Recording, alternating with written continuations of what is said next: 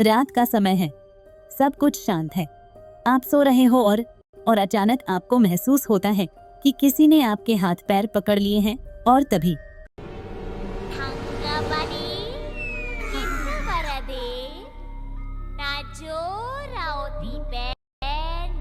Hello दोस्तों, नमस्कार। स्वागत है आपका आज के नए वीडियो में। आज हम बात करेंगे एक ऐसे राज के बारे में जो हजारों सालों से इंसानों को परेशान करता आया है और डराता आया है।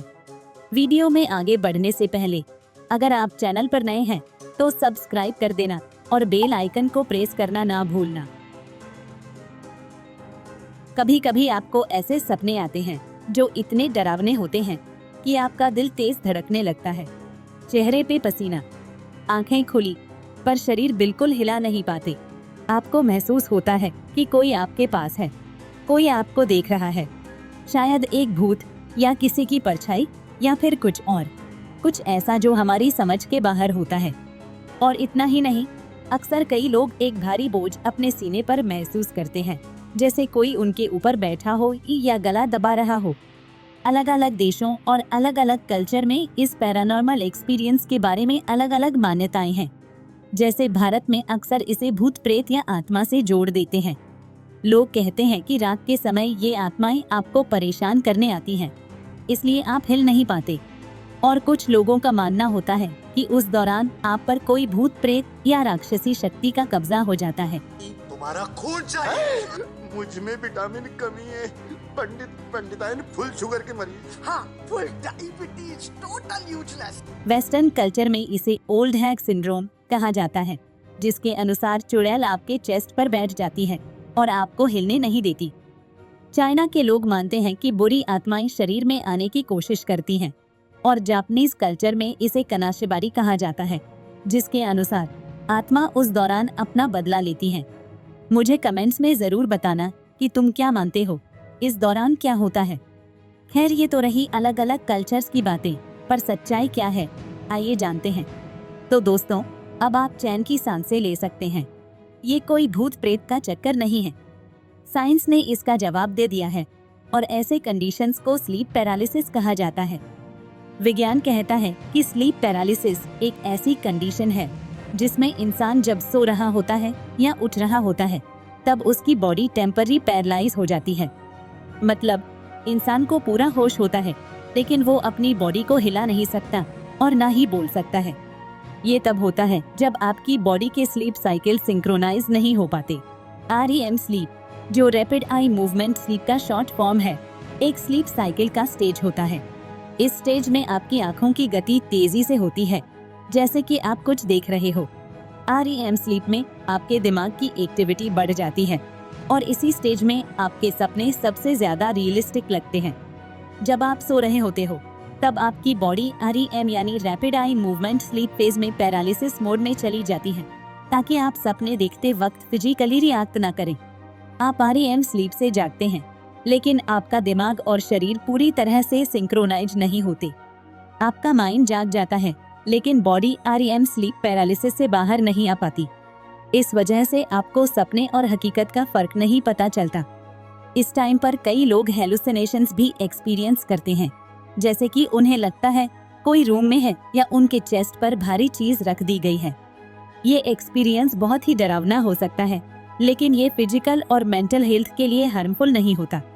अगर आपको ये सब होता है, डरने की जरूरत नहीं, ये एक नॉर्मल चीज है। और जैसे ही आपका दिमाग और शरीर सिंक्रोनाइज होते हैं, सब ठीक हो जाता है। स्लीप पैरालिसिस के कई कॉजेस हो सकते हैं। कुछ कॉमन कॉजेस हैं। अगर आपका सोने और उठने का टाइम इरेगुलर है, तो यह स्लीप पैरालिसिस का रीजन हो सकता है। फिर से सोने? ठीक है, जैसा आप कहे। अरे लाने जा। नींद की कमी भी स्लीप पैरालिसिस को ट्रिगर कर सकती है। पूरी नींद न लेना इसके चांसेस बढ़ा सकता है। ज्यादा स्ट्रेस और एंजाइटी से स्लीप पैरालिसिस होने की संभावना बढ़ जाती है। पीठ के बल सोने से स्लीप पैरालिसिस होने के चांसेस बढ़ जाते हैं। एंजाइटी डिसऑर्डर्स और डिप्रेशन जैसे मेंटल हेल्थ इश्यूज भी स्लीप पैरालिसिस से जुड़े हो सकते हैं। अल्कोहल और ड्रग यूज भी स्लीप पैटर्न्स को अफेक्ट करके स्लीप पैरालिसिस को ट्रिगर कर सकते हैं। दारू पीने से खांसी चली जाएगी क्या? अरे दारू में मेरा बाप का गराज चला गया, पूरा प्रॉपर्टी चला गया, खुद मेरा बाप चला गया, तेरा खांसी क्या नहीं जाएगी? नार्कोलेप्सी जैसे स्लीप डिसऑर्डर्स स्लीप पैरालिसिस के साथ एसोसिएटेड हो सकते हैं। कभी कभी ये प्रॉब्लम फैमिली हिस्ट्री के कारण भी हो सकती है। ये सब फैक्टर्स मिलकर आपके स्लीप साइकिल को डिसरप्ट कर सकते हैं, जिससे स्लीप पैरालिसिस होने के चांसेस बढ़ जाते हैं। अब जानते हैं स्लीप पैरालिसिस से बचने के कुछ तरीके जो आप ट्राई कर सकते हैं। एक रेगुलर स्लीप शेड्यूल मेंटेन करें। हर रोज एक ही समय पर सोएं और उठें। रोजाना 7 से 9 घंटे की नींद लें। बेड टाइम रूटीन को रिलैक्स बनाएं। सोने से पहले स्क्रीन और ब्राइट लाइट से दूर रहें। रिलैक्सेशन टेक्निक्स जैसे मेडिटेशन, डीप ब्रीदिंग एक्सरसाइजेस या प्रोग्रेसिव मसल रिलैक्सेशन को बेड टाइम से पहले प्रैक्टिस करें। दिन में योगा या दूसरे स्ट्रेस रिड्यूसिंग एक्टिविटीज करें। पीठ के बल सोने से बचने की कोशिश करें, क्योंकि ये पोजीशन स्लीप पैरालिसिस से जुड़ी होती है। इसलिए करवट सोएं तो बेहतर होगा।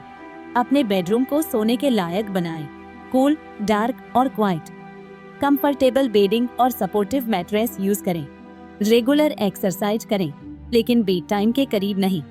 हेवी मील्स, कैफीन और अल्कोहल को सोने से पहले दूर रखें। किसी भी अंडरलाइनिंग मेंटल हेल्थ इश्यूज जैसे एंजाइटी या डिप्रेशन को प्रोफेशनल की मदद से एड्रेस करें। अगर स्लीप पैरालिसिस फ्रिक्वेंट और डिस्ट्रेसिंग है तो cognitive behavioural therapy CBT consider करें। अगर स्लीप पैरालिसिस फ्रिक्वेंट या सीवियर हो तो हेल्थ केयर प्रोफेशनल या स्लीप स्पेशलिस्ट से कंसल्ट करें। वो अंडरलाइनिंग स्लीप डिसऑर्डर्स जैसे नार्कोलेप्सी या स्लीप एपनिया को एवैल्यूएट करके अप्रोप्रिएट ट्रीटमेंट सजेस्ट कर सकते हैं। इन स्ट्रैटेजीज को अपनाने से स्लीप पैरालिसिस एपिसोड्स की फ्रीक्वेंसी और इंटेंसिटी कम हो सकती है और आपकी ओवरऑल स्लीप क्वालिटी बेहतर हो सकती है। तो दोस्तों, नेक्स्ट टाइम जब आपको स्लीप पैरालिसिस हो, याद रखिए कि आपने कोई भूत नहीं देखा और डरने की जरूरत नहीं, क्योंकि ये एक टेम्पररी और हार्मलेस कंडीशन है। तो ये था कुछ इन्फॉर्मेशन आपके रात के डरावने एक्सपीरियंसेस के बारे में। अगर आपको भी कभी ऐसा कुछ महसूस हुआ है अपने लाइफ में तो कमेंट्स में जरूर शेयर करें। और हाँ, अगर आपको ये वीडियो पसंद आया तो लाइक, शेयर और सब्सक्राइब करना मत भूलें। मिलते हैं आपसे नेक्स्ट वीडियो में। तब तक के लिए एंजॉय योर ड्रीम्स या फिर